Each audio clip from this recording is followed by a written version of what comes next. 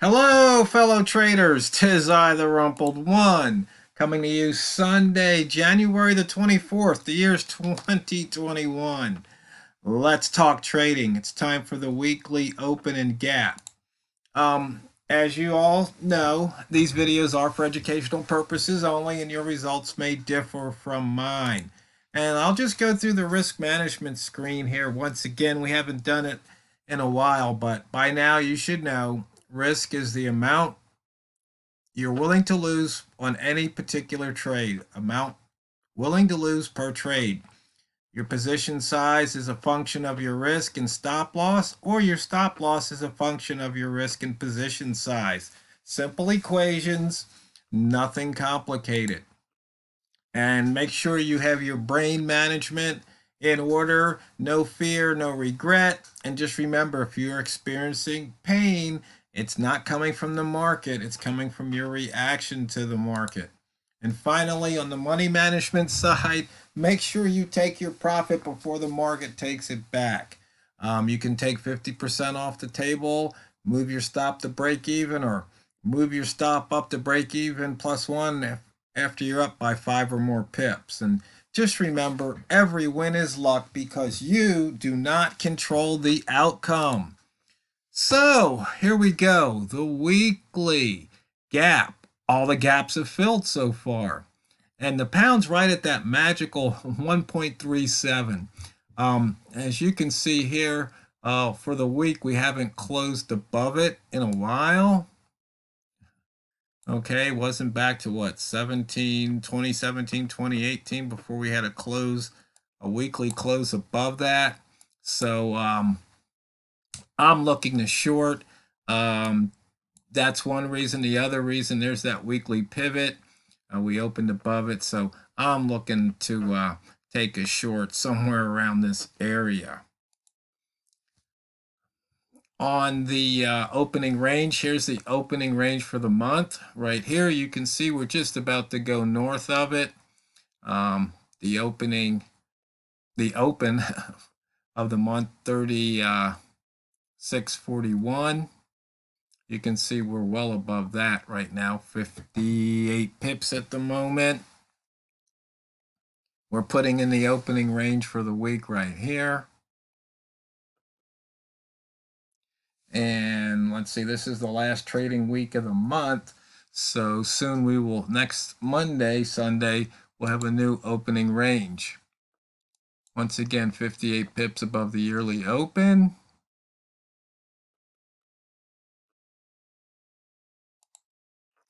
Inside bar was 14 days ago. So we'll see what happens. And there's only a handful of inside bar action here on the daily. And actually, there's more than a handful. And we've got some inside bar on the weekly, and looks like just a couple on the monthly. Range, no pair over 100. We're only 6 hours into the day.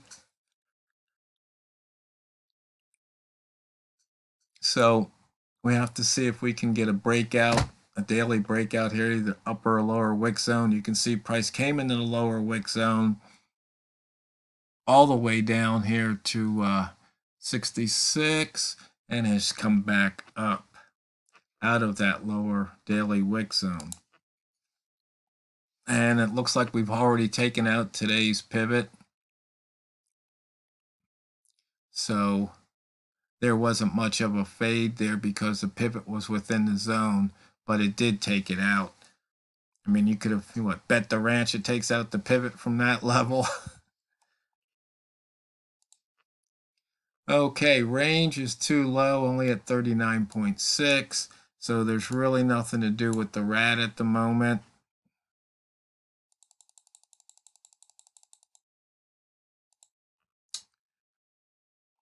Now let's set this back to 1 hour. There's that weekly pivot I mentioned. We already took out the daily. And you can see we still have a couple of missed pivots from 3 and 4 days ago. And I had updated this indicator There's a trader who wanted to know how many times you have two consecutive misses or two misses in a row. And then he goes, well, what about three? So I've updated the code for them. And so this will go out in the TRO build 1300 file the next time I update it and ship it out, which will probably be sometime, if not next week, maybe the week after, for those of you who've donated so far in 2021. And here we have the wick zone, as you can see, started right there, the edge in and out of the wick zone. But I'm still looking, I'm really wanting to short this double low. Have to be patient and wait for a good signal. So right now the daily's green and others are green. So on the range, once again, it's kind of low. We just started out. Nothing really interesting here at the moment. ATR, open plus half of the min ATR would be 37.15. The max ATR 37.30.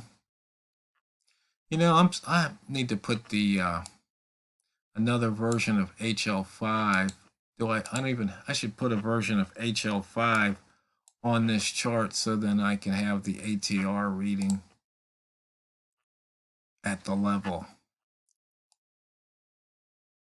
And so if you're looking for a reversal trade, it's telling you wait till it gets in the ATR zone. Don't be an idiot. And the simple price action screen, once again, Walmart line. Somebody was asking about the Walmart method. We did a whole video series, whole playlist. I think we did a whole month, nothing but Walmart method to show this simple method. Now, what some traders, they have to understand, there's certain times a day you want to trade this based on statistics, and we show that in the videos. And other times a day you just want to avoid, like usually this time of day, first 3-4 hours of the day, you pretty much want to avoid that session. In fact, the best session is, you know, in the London and about what, a third of the way into London and halfway into New York. That's the peak time where you can really bank some pips, and you can pretty much see it on the chart here. See when the London New York session kicks in. One other thing, might give you a little heads up here. If you see what I like to call a turn trade, so here you had a, well, let's start here. You had a red candle followed by a green. So now, if you traded long, you can see here, there was profit to be made, but you had to take it. Then you had another turn trade, green to red. If you traded short, there was money to be made. Then you had another turn trade, red to green. So after that candle closes, if you traded long, once again, there was money to be made. So maybe you can also look for these turn trades.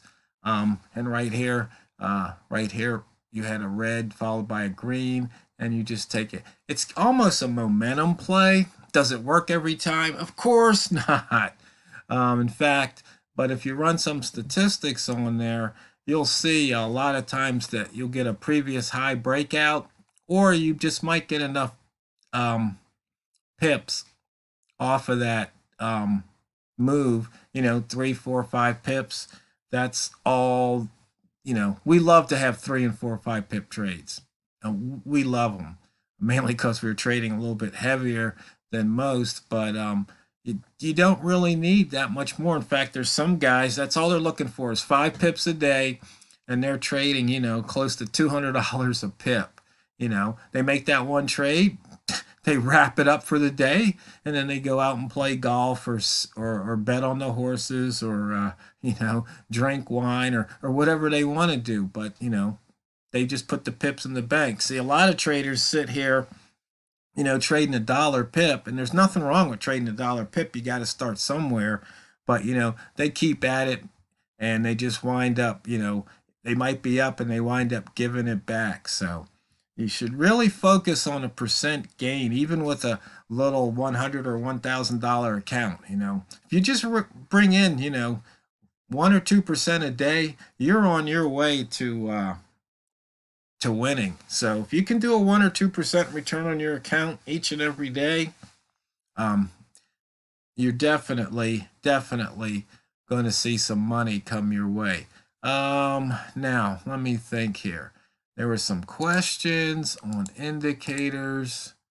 Let's see, I gotta find, where do I have TROHL5? I think it's on this. Yeah, here we go. Now,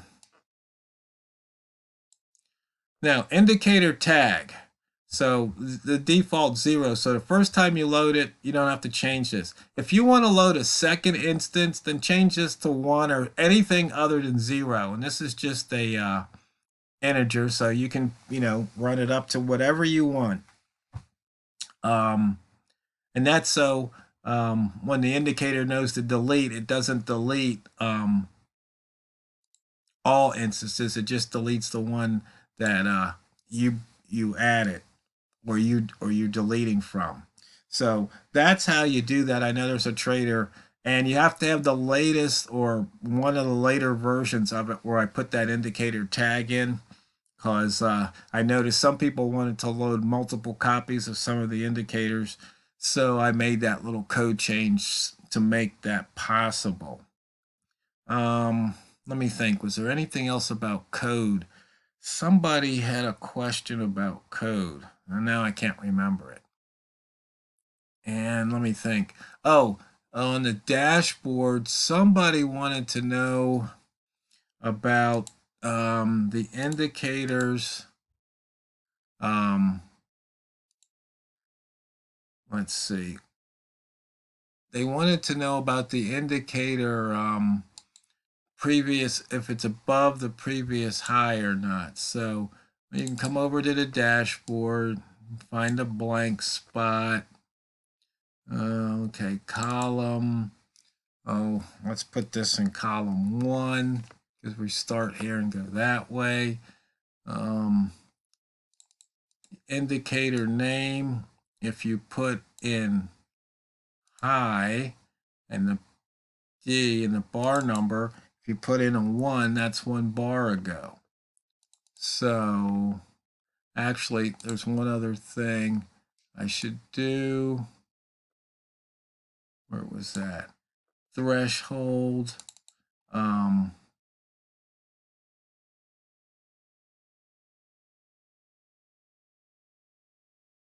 I think if I put a threshold, let's just say if it 1. Okay, high D1. Okay, here's one right here.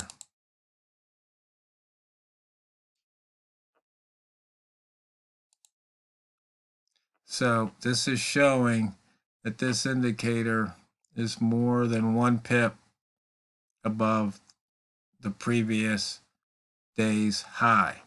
Even though we're looking at a weekly chart, we can switch that over. So there you go right there.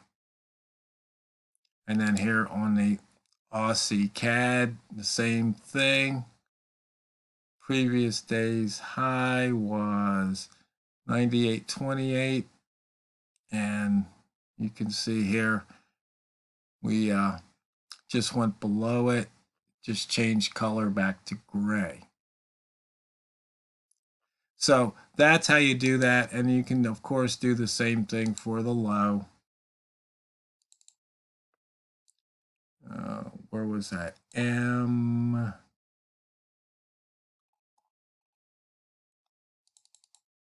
You can switch that down the low. So just by shifting it by 1 bar, and you can see here Aussie New Zealand, and it's like it's breaking out of that low. So that's how you do that, trader. I know there's so much that you can do with this dashboard, and I've made a lot of videos, And I can just turn that off by setting that to 0. Things go back, but all those other parameters stay. Okay, this is a TheRumpledOne. Just remember, it's not what you trade, it's how you trade it. Drain the